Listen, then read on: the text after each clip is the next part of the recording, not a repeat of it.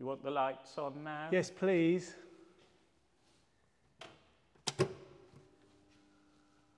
Oh. I'm Fr Eric Kemball. I'm the parish priest of St Giles Catholic Church in Cheadle, otherwise known as Pugin's Gem. It was built between 1841 to 1846 by the famous architect August Welby Pugin, and was financed by John Talbot, the Earl of Shrewsbury, who lived up the road in Alton Towers, famous for other things now. Oh, the theme park, Alton Towers? Yes, yes. Is it still in the same family hands? No, it's owned by... Disney or something? No, I can't remember but it was also possible because of the Catholic Emancipation Act in 1829, which enabled Catholics to worship more or less freely in this country. So many Catholic churches were built in the mid-19th century and indeed later in the 19th century as a response to this, as a response to increased general population, converts to Catholicism, and later in the century immigration, particularly Irish immigration. Was there a ready pre-existing Catholic community already here in Cheadle? Yes, not a big one. Yes. It's reckoned that when the church was built there were probably about 90 Catholic communicants in Cheadle, but it grew after that. John Talbot, Earl of Shrewsbury, wanted a splendid church built near his home, and that's why in a rather small town like Cheadle we have one of the most splendid churches in the country. John Talbot and Pugin were both committed to the Gothic Revival. Pugin was a pioneer of it, but throughout the 19th century Gothic Revival was one of the main architectural styles, particularly for churches, but also for many secular buildings. And this was a pioneering example of Gothic Revival. The aim of Pugin in designing this church was to reproduce a church in the decorated style, which would have been something like in the reign of Edward I, to be like a church which would have been built 500 or so years before. Was the driving force behind that an aesthetic one, or was it also an ecumenical? There was an aesthetic element, certainly. The beauty was important for a fitting setting for the sacred liturgy, for the worship of the church and its mission. But the prime thrust for both John Talbot and Pugin was the religious one. They believed that the Gothic style was the most Christian style and was most appropriate for Christian church. They were a little bit, you might almost say, fundamentalist about that. They were really committed to that view, and they also believed that plain song was the only appropriate music for churches. And one of the things that was done here, which has been altered since, was the original organ and choir loft in the church was designed so that plain song would be the main form of music in the church. The organ was very, very simple, which you only need a simple organ for plain song. So Pugin was a convert himself? He was a convert to the Catholic Church, yeah. Do you think his focus on Gothic revivalism in particular drove his conversion to Catholicism, or his conversion to Catholicism drove his adoption of the Gothic? It was a mixture of the two. I think he was attracted to the Gothic, and that led him into exploring why Gothic churches and Gothic buildings were built as they were, and that was part of what impelled him to become a Catholic.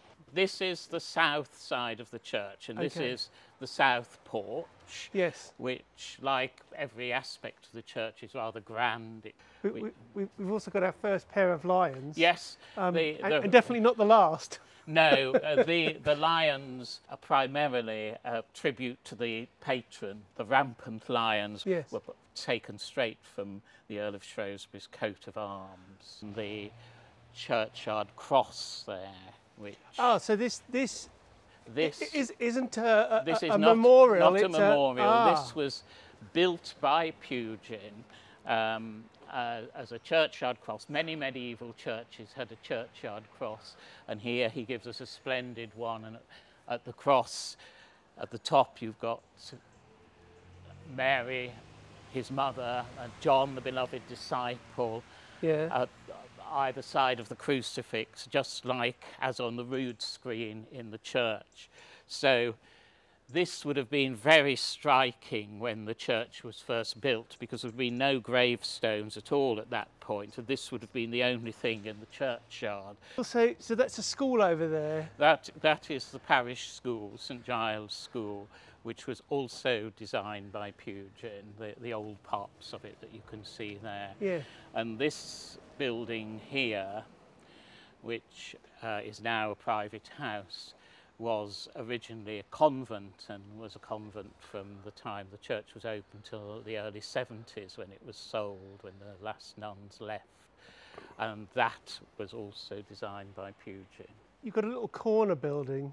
That is the old cloister to the convent. So oh, I see. When the convent was in operation, the sisters would have come to church through that door there. So here you have the east end of the church. Yeah. Again, symbols of angels.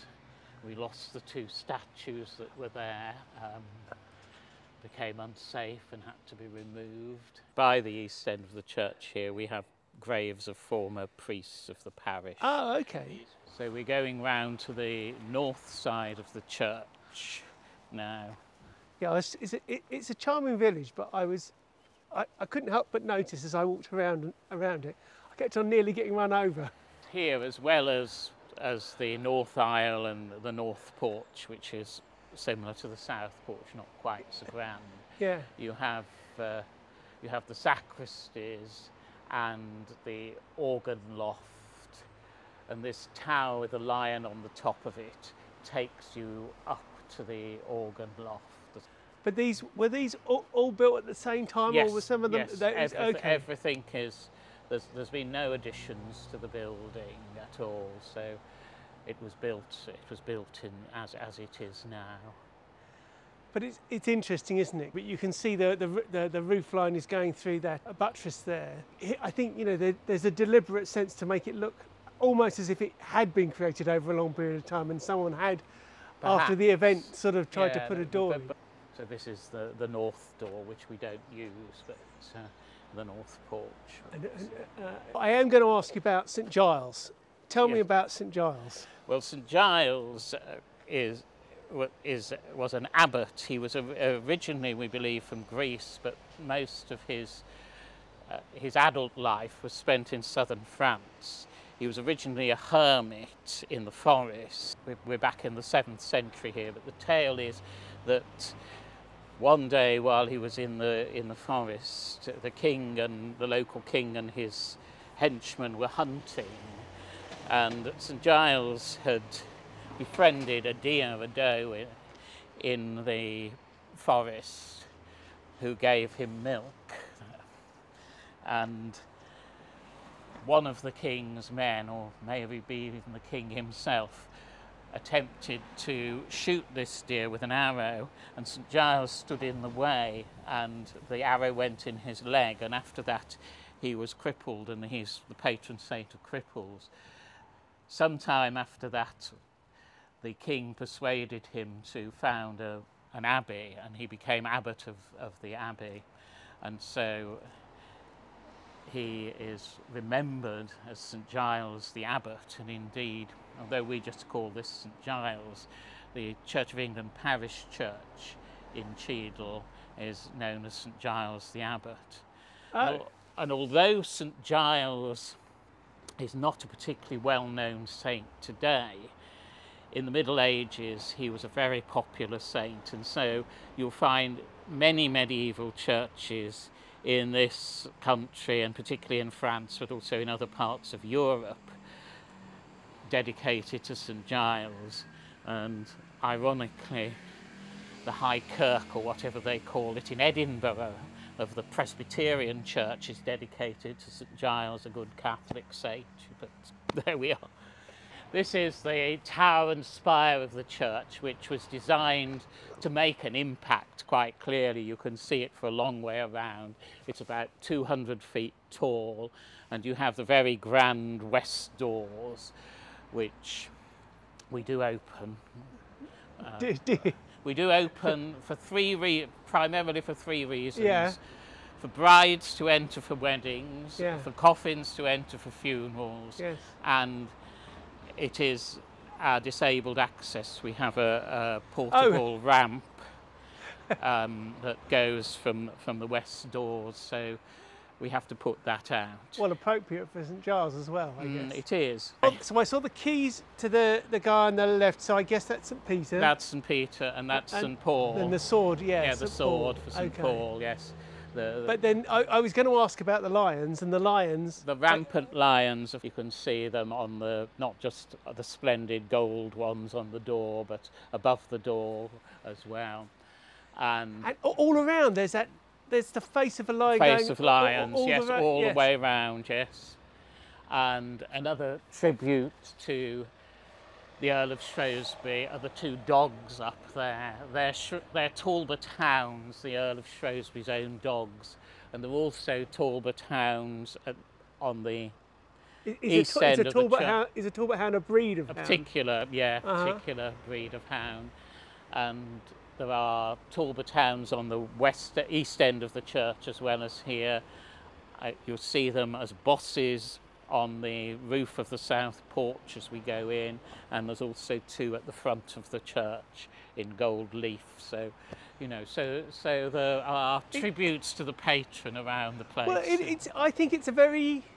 Which is a very medieval thing to do. It is, but also you have the tribute, but it's less... how do I put it? Less puffed up than just having your name stamped on something. Yes, indeed. It's a bit more modest, and at the same time... Yeah. And I don't know whether it was the Earl of Shrewsbury's request or Pugin's idea. It could have been either, I'll just put the lights on. Well, I'll tell you what, if you wouldn't mind, perhaps I'd like to capture that light turning on effects. Ooh. This is a little porch. You've got like a coat there's of the dogs again. You see, that's a Talbot Hound. There's one on either side there. And the lion again. The Earl's lion there. What sort of stone is this? It's local stone, Hollington sandstone. Off we go.